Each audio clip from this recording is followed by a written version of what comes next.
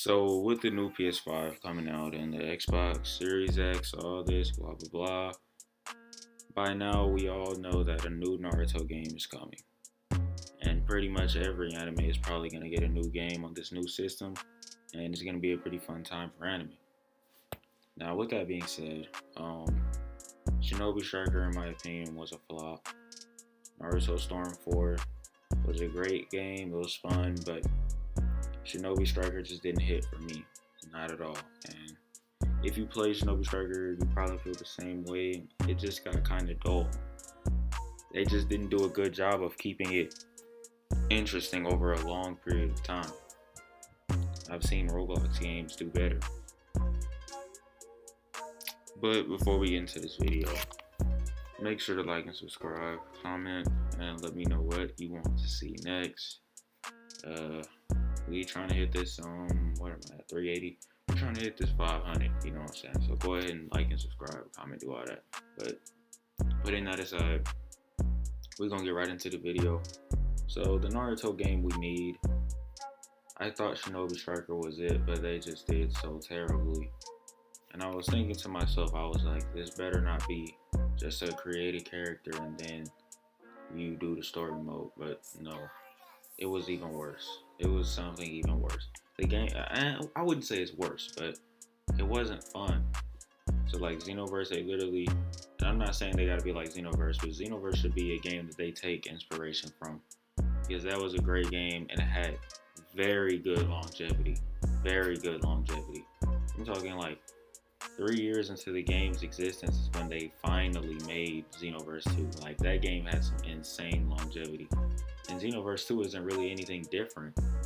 And the game is still doing great. So they definitely need to steal some ideas from the Dragon Ball side, because Dragon Ball games for some reason tend to be better, or not better because we had Storm, but great, always great, consistently great. But with that being said, first thing we need, character customization, bring it back. I think I already said that, but character customization, bring it back. Not bring it back, I don't know who's making the next Naruto game, but we need character customization. Take some ideas from Xenoverse 2. You know what I'm saying, make it balanced, and I'll get into the balancing stuff later when I talk about mechanics, but for now let's just talk about the surface value stuff, the surface level stuff. Character customization, we need it. Story mode, add a story mode. I don't care if you just insert my character into the story, or if you actually take some creative liberties like Xenoverse 2 did. Do something fun. If I'm you guys, with this next gen technology and all the time you've had, you should have crafted some kind of story where I'm like, okay, so I'm in a new team. You insert me and my entire team into the Naruto world, something like that. I'm telling you, this has got to be some next level. Like, it's got to be amazing.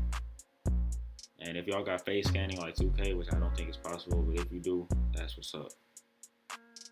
1v1s, battles, 1v1s. The thing that Shinobi Striker lacked, one of the many things that they lacked, they didn't really have one-on-ones. Now there were ways to do one-on-ones. You had to, do free for all battle, whatever, and then you guys would just separate from the rest of the people, and then you could just one-on-one. That's cool, that's fine, but it's not what I'm looking for. One-on-ones, and I know it's kind of hard to balance a game for team battles and for one-on-ones, but it's definitely possible. I've seen Roblox games do it, so I know with the next gen technology, we should have more than enough. We should be more than capable of making a game that good.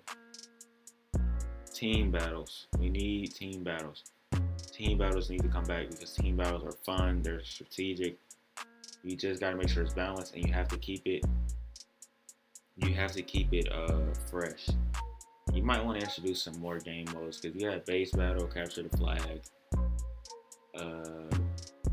deathmatch, and then you had something else. I can't remember what it was. I think it was, oh yeah, destroy the toad.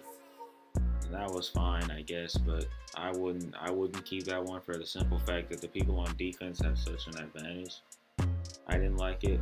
I think they fixed that by the end of the game's life, but the game was pretty much already over. I used to because I was playing the game a couple of days ago, and I won a lot of those told missions as the offender, and I even lost one as the defense. So they definitely improved that game mode. Maybe you bring it back and change it to something else, but if it's me, I'm gonna take it out and I'm gonna introduce some more game modes, which we'll talk about later in this video. So online play, we need some. I'd like to see, you got the story mode. You know how Xenoverse kind of got like they still got like the versus battle mode, so you can still like get Goku. You gotta unlock the characters through the story mode, which again is really cool. And then you get all your characters, and you're like, okay, so we just gonna fight with them. That's really fun. And of course, these characters don't have to be balanced. I don't think they're balanced in. I don't think they're balanced in Xenoverse 2. Are they? Because Xenoverse 2 actually takes a lot of skill. Because if you're like, I could get Dragon Ball Super, Goku, Super Saiyan Blue, whatever, and I could lose to a Cyberman because I'm not good at the game. So definitely, Xenoverse 2 is very skill based. But yeah, we need online play like that, online battles, whatever. Now let's talk about some of the mechanics. Talk about the basic stuff of the game modes. Let's talk about the mechanics of the game.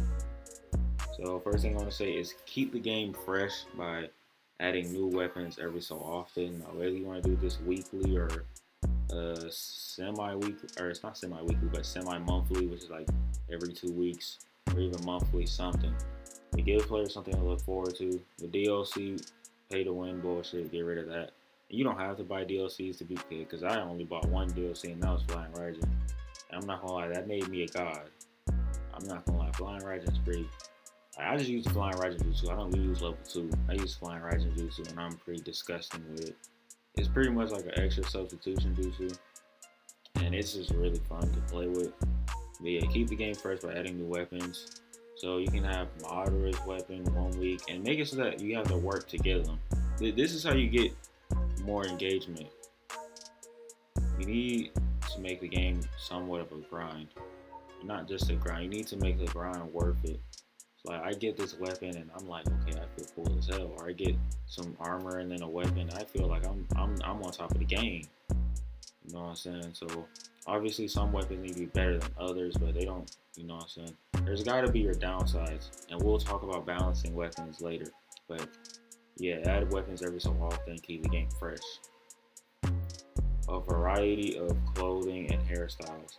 This is something that Shinobi Striker severely lacks, and this is something that Xenoverse 2 killed them in, and it's why Xenoverse 2 most likely has more concurrent players than them, especially in its prime.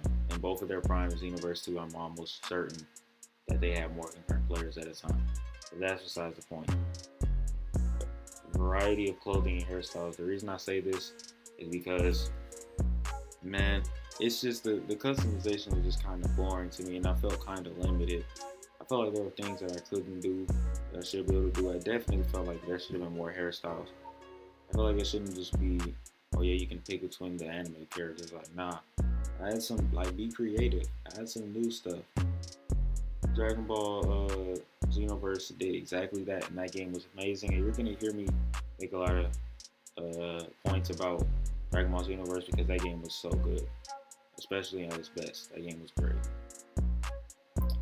Add a sense of progression while still keeping the game balanced / skill based. So like, what I mean by add a sense of progression is Xenoverse 2 has a leveling system. It's kind of like, the more you play, the more levels you're gonna get. You play through the story mode, you get a lot of levels. You play online, you get levels. And see, this is where Shinobi Striker actually beats. Now I'm not talking about this. Forget about what I just said. This is where Shinobi Striker actually beat Xenoverse 2. They had team battles. They had better online play. Like, Xenoverse 2, you could just one-on-one. But in this game, like, there's so many different combos and team combos you can do. They had a way bigger variety of combat, and it was way more complex, in my opinion. So definitely, you guys gotta keep that. But like I was saying, add a sense of progression. Make sure that I can level up my character and get better as I go, because that's what's gonna keep people invested at the end of the day.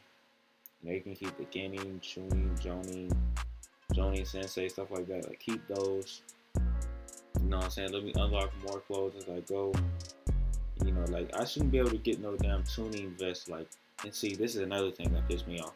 You guys have these little set costumes, like these Leaf Village and Cloud Village. Like, nah, man. You just make it so that I spawn in, I get like a basic shirt, basic pants, and then the more I play, I grind up some cash. Then I can like put up like, and then once I hit, see, this is another thing.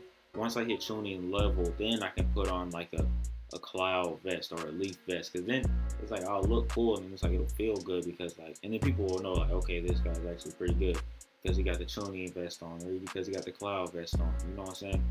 And that stuff, it would just be way cooler than what it is now. And that's how I honestly think. But besides that, let me get to the next thing. Balance all weapons and give players a reason to use each. This is another thing that Shinobi Striker actually did pretty good, I'd say. I mean, obviously you wouldn't use, you know, the kunai as your throwables because that wasn't that good. But you know, you had the paralysis seal, which froze people. And of course you had, and some have longer cooldowns than others. So like, let's talk about substitution jutsus and stuff. Like, you had the substitution jutsu, which was only 20 seconds, which was it had a 20-second cooldown, but it wasn't really that good. You had Shadow Clone Jutsu, which would literally trick people into thinking that they're still fighting you. But there's a 25-second cooldown, so it took longer to use, right? And then you had High Speed Movement, which was 20 seconds, another 20-second cooldown, and it was just cooler than Substitution Jutsu. It was basically Substitution. It was like you teleported away, and they'd still be attacking, because you're just so quick that they don't even realize. And then you could combo off of that, and it'd just be so cool. So yeah, definitely you want to keep how you balance. I like how you balance it. Like Lightning Shadow Jutsu, it paralyzes targets, but it was like 30-second cooldown. So I like how they did that, and they need to keep that, because that was really good.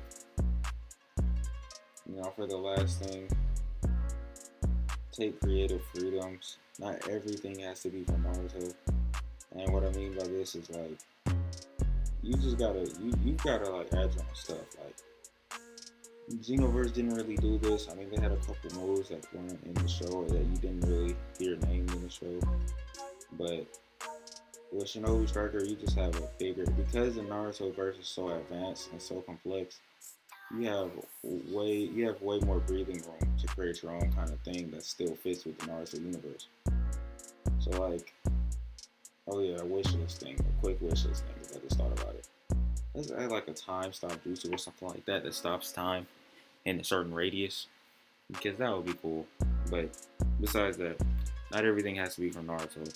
You guys have to, if you want this game to be like on some next level, then like, you've gotta take creative liberties, because if you don't, then it won't be as fun, it won't be as cool.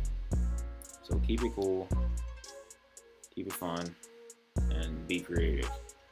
With that being said, if you like this video and you think I should be on a creative team somewhere, let me know. And this is your boy Dyloh, signing out.